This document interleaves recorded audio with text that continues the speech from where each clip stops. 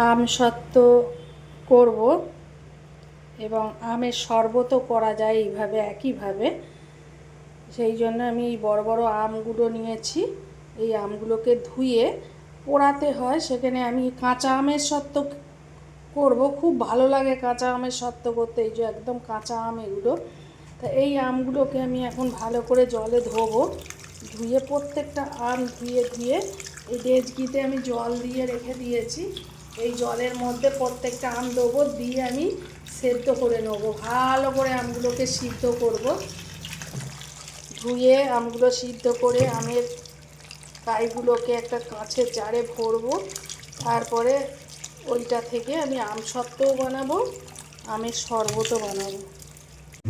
এই যে গ্যাসের ওপরে আমগুলো সিদ্ধ করতে বসিয়েছি। আমগুলো সিদ্ধ হয়ে গেছে, এবার আমগুলো আমি ঠান্ডা করতে দেবো। একেবারে এই যে সিদ্ধ হয়ে গেছে, সিদ্ধ হয়ে গেছে। আম পোড়ার শরবত বানাচ্ছি। মিক্সিং বোলের মধ্যে আম সিদ্ধ করে তার কাঠের জালে পুড়িয়ে নিলে ভালো হয়, কিন্তু সেই ব্যবস্থা নেই।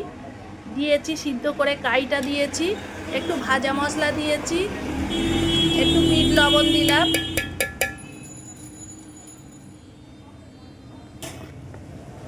চিনি পাউডার করা আছে, পাউডার করা একটু চিনি দিচ্ছি।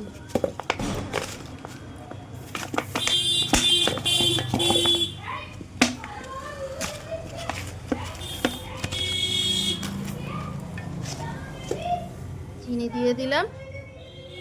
যে সিদ্ধ করে রেখেছিলাম আম, সেই আমের পেস্ট, একটু ধনে জিরে গরম মশলা তেজপাতা সব কিছু দিয়ে একটা পেস্ট করে রেখে দিয়েছি। ধনে অল্প একটু ছিল, দিয়ে দিলাম স্বাদ বাড়ানোর জন্য, আপনারা নাও দিতে পারেন। দিয়ে এবার এটা শরবত বানাবো। এবারে এর মধ্যে জলটা দিলাম মিক্সিং বোলের মধ্যে। হয়ে গেছে শরবত।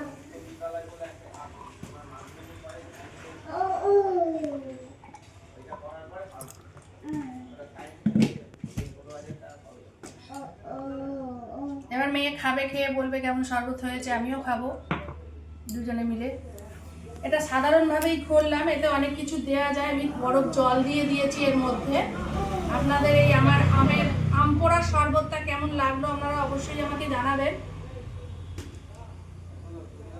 এই গরমের সময় খুবই সত্যি ভালো লাগে, অসাধারণ লাগে। ভাজা মশলাটা টেস্টের জন্য দিলাম, আপনারা যখন বাচ্চাকে দেবেন অবশ্যই ভাজা মশলা। আমার বাড়ির বাচ্চা ফোনের সামনে চলে যাচ্ছে, ও বাচ্চাকে আটকে আমি করতে পারি না কিছু। এখন কাঁচা আমের সময় যত পারবেন শরবত করে খান, শরীর ঠান্ডা থাকবে, ভালো থাকবে, লু লাগবে না। সব থেকে বড় কথা, শরীরে লু লাগবে না। আমের শরবত খেয়ে রোদ্দুরে বেরোনোর আগে এক গ্লাস করে আমের শরবত খেয়ে নিন, এক ফোঁটা লু লাগবে না। খা, আমার মেয়ে খাবে।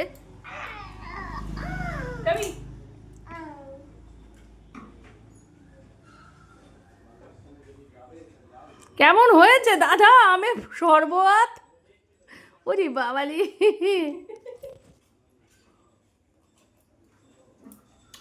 খুব ভালো হয়েছে, খুব ভালো হয়েছে। একটুকু লু লাগে না গায়ে। যদি এক গ্লাস আমের শরবত খেয়ে আমি রাস্তায় বেরিয়ে যান, সানস্ট্রোক থেকে বেঁচে যাবেন, লু লাগবে না, শরীর ঠান্ডা থাকবে। এইভাবে প্রত্যেকে এইভাবে আপনারা এই আম পোড়ার শরবত খান, শরীর